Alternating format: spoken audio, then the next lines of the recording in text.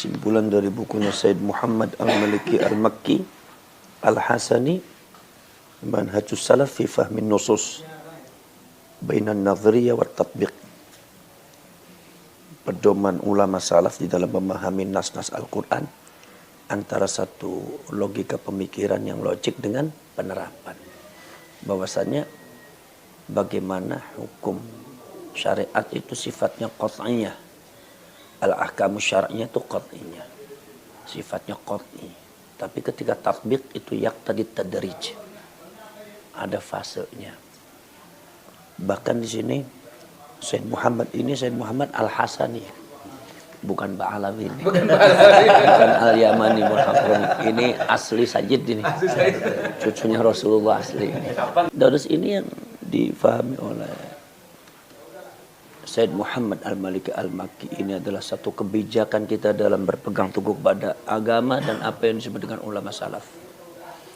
Bahwasanya ada al-fadlu khairum minal adli. Fadl, anugerah itu lebih baik daripada keadilan.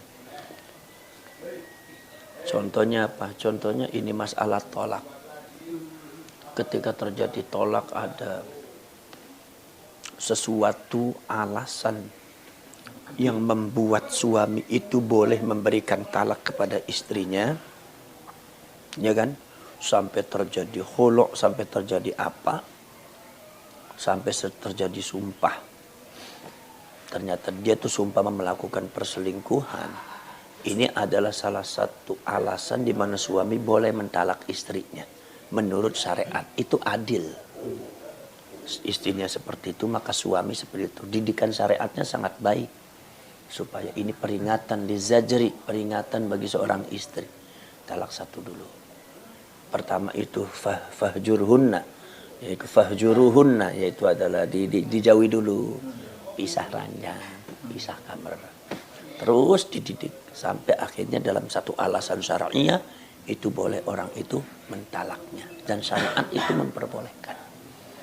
Tetapi apakah itu jalan terbaik? Ternyata kata Allah tidak. Kata Allah Subhanahu wa taala, wa an ta'fu khairul lakum. Tapi kalau kalian laki-laki memaafkan dia, setelah itu dia dididik untuk tidak melakukan itu lagi, itu khairul lakum, itu lebih baik bagi kalian. Wa aqrabul taqwa, lebih dekat dengan nilai ketakwaan. Takwa itu menjaga diri, menjaga istri, menjaga anak, menjaga rumah tangga supaya keluarga jangan hancur. Termasuk menjaga semuanya, menjaga kehidupan. Harmonisasi kehidupannya harus dijaga. Jadi ini artinya apa? Ini dari Said Muhammad mengajari kita semua bahwasanya syariah itu bukan satu tujuan. Syariah di dalam Islam itu bukan satu tujuan yang terbaik untuk dijadikan sebuah keputusan harus menurut syariat seperti itu pun kita harus jalankan. Tidak, ternyata ada yang disebut dengan al-akhlaqul karimah. Al-akhlaqul karimah itu ternyata al-fadl. Fadl. Wala tansawul fadla min rabbikum, jangan kalian lupakan anugerah dari Tuhan kalian. Kenapa? Kok Allah bicara seperti itu? Kalau kamu memaafkan istri yang berbuat salah, bukankah kamu juga sama sering berbuat salah kepada Tuhan kamu? Tapi kan Allah memaafkan. Masya Allah. Makanya di sini kenapa ulama-ulama kita tidak menerapkan hukum kisos potong tangan dan pancung. Ini jangan dipahami secara sempit. Ternyata ulama-ulama kita di Indonesia itu memiliki pandangan yang sangat luas masalah agama, bukan sekedar syariah. Apa yang disebut al-fadl? Memang potong tangan itu di syariat diberlakukan. Memang pancung juga diberlakukan. Hadduz zina, had apa juga diberlakukan. Dirajam sampai mati Tuhan. Itu syariah. Itu keadilan dari Allah. Tapi ada yang lebih utama dari keadilan, al-fadl. Kita memaafkan, kita mendidik mereka. Cukup li zajri, seumpama di penjara aja. Secara dia tobat, dilihat tobatnya. Itu aqrabul taqwa. Lebih mendekati satu nilai ketakwaan di mana menjaga harmonisasi kehidupan Misi daripada agama adalah menyadarkan manusia bukan untuk menghabisi manusia, bukan menghukum, bukan menghakimi, tapi menjaga, menyadarkan manusia. Contoh lagi, ketika kita itu kemudian membagi waris, kita kan kadang-kadang dengan faraid, ya kan? Ini dapat sekian, dihitung dengan faraid. Ternyata di sini mengatakan al-fadlu khairum minal adl. Kenapa pakai faraid? Karena bicara keadilan. Tetapi ada yang lebih utama dari keadilan, al-fadl. Al-fadl itu bagaimana? Ya sudah, abang mah milih ini aja, rumah buat kamu aja, sebab kamu belum dapat rumah. Lebih membutuhkan. Apa sih udah, kalau abang mau udah punya rumah banyak, sudah punya usaha maju, mobilnya banyak. Kamu kan belum punya rumah, udah rumah buat kamu. Tanah ini buat kamu untuk usaha kamu, tokonya abang sudah. Nanti kalau untuk ini, oh kata ini bilang, bang sayanya gimana? Yaudah kamu ini aja, ini mobil ini buat kamu, ini tanah di sini buat tokonya kamu. Ngurusi anak-anaknya. Ini yang disebut al-fadlu khairu minal adli, ajaran Rasulullah. Jadi bukan harus dengan faraid syariat. Kalau dituntut ya tadi itu supaya adil sesuai dengan Tuhan. Tapi karena nggak dituntut ya itu gitu kan, hukum itu kan kalau dituntut. Kalau HTI langsung waman lam yahkum. Waman yahkum. Beda. Itu udah beda. Yang dipakai dasarnya beda kalau itu. Jadi maka kita itu memang menjalankan agama ini benar, karena tatbiqul ahkam wal hikam ad-diniyah itu tidak boleh sembarangan, tidak boleh pakai emosi. Enggak boleh. Cuma kan permasalahannya kan kita nih banyak emosi, sementara ulama zaman dahulu kan beningnya tuh kayak air. Ini yang kita kejar. Akhirnya karena kita nggak bisa mengejar, akhirnya suudzon sama kayak gimana sih kayak ini, gimana ulama kan, gimana? Ulama kayak kan lebih ngerti ilmu agama daripada kita.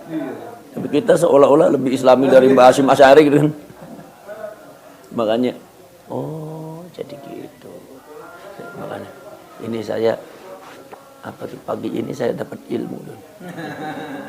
Saya makanya kalau kemana-mana baca kitab jangan dipajang, dibaca.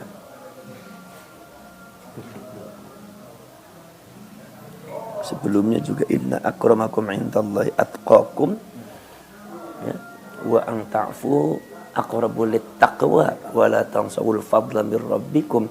Al-fadl al-afu min al-fadl wal afu aqrabu littaqwa wa inna akramakum indallahi atqakum. Jadi orang yang paling menjaga diri, bukan patokannya syariat, menjaga diri dalam lingkup agama secara komprehensif, di mana la tasfikud dima, jangan mengalirkan darah, kalau bisa jangan meneteskan darah. Sedapat mungkin orang berzina sudah muhsan dihukum dulu, diperbaiki, bisa tobat, nggak urusan tobat, urusan Allah. Sebab kalau dibunuh itu kamu netes darahnya, itu wala tasfikud dima. Itu yang disebut dengan wiqayatul din wa wiqayatul hayat. Ini adalah termasuk misi daripada agama Islam. Jadi nggak kaku kita menjaga kehidupan. Berarti Mbah Hasyim Asy'ari luar biasa Mbah Wabtu. Durung tentu, ini belum tentu ulama Mesir, ulama Saudi ngerti. Belum tentu ulama yang dari Malaysia paham. Tapi Mbah Hasyim luar biasa. Ulama-ulama.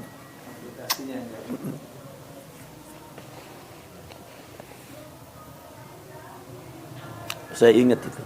Syekh Abdul Rauf As-Singkil, ketika ada orang sholat, pengen belajar sholat, ayo sholat. Ya Syekh, kalau saya sholat 5 waktu belum kuat, ya sudah, kamu sholatnya apa yang kuat? Sekuat. Zuhur aja, saya katanya. Nanti sedikit, zuhur aja, yang lain gampang nanti. Itu kalau bicara al-ahkamus syar'iyyah bisa dikafir-kafir sama orang. Disangkanya, dituduhnya memperbolehkan meninggalkan asar dan selain zuhur.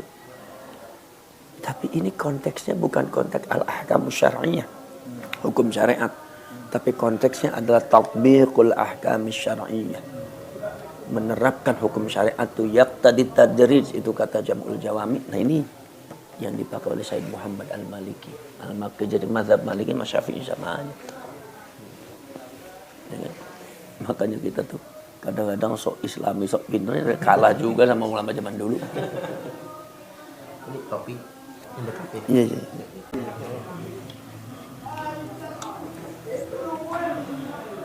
Dari mananya?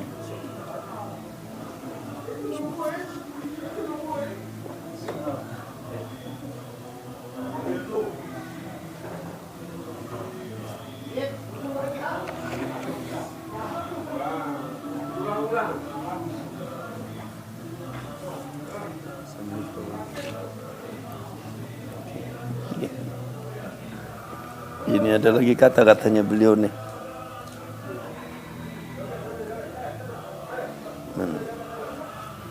Wal fadlu la yamna'ul haqqa liman talabal adla.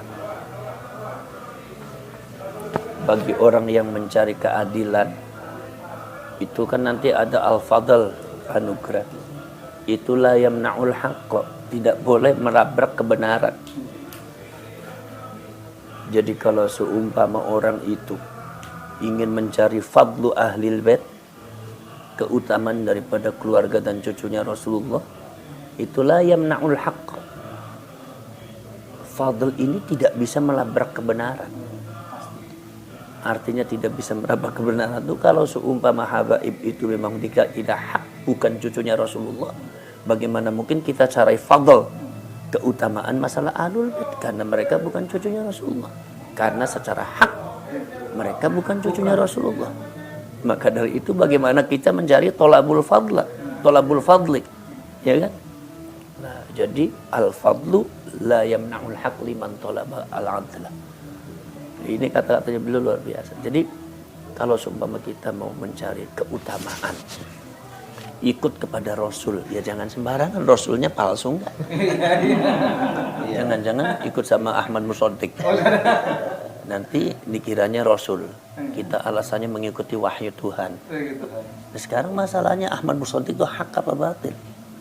Ya kan begitu? Kalau seumpama batil, maka al-fadl tidak dapat. Bagaimana mungkin kalian ingin mengikuti Allah, cinta kepada Allah dan Rasulnya, punya anugerah, punya keistimewaan bisa masuk surga, sementara dia itu tidak hak tapi batil, ya. Begitu juga kalau kita mencintai ahlul bait Rasul, nanti kita dapat apa namanya, dapat anugerah, masuk surga, dapat syafaat dan segalanya. Dan jadi masalah, Bang Alwi ini hak apa batil? Ternyata batil. Ya bagaimana mungkin dapat fadl, sebab al-fadlu la yamna'ul haq. Itu yang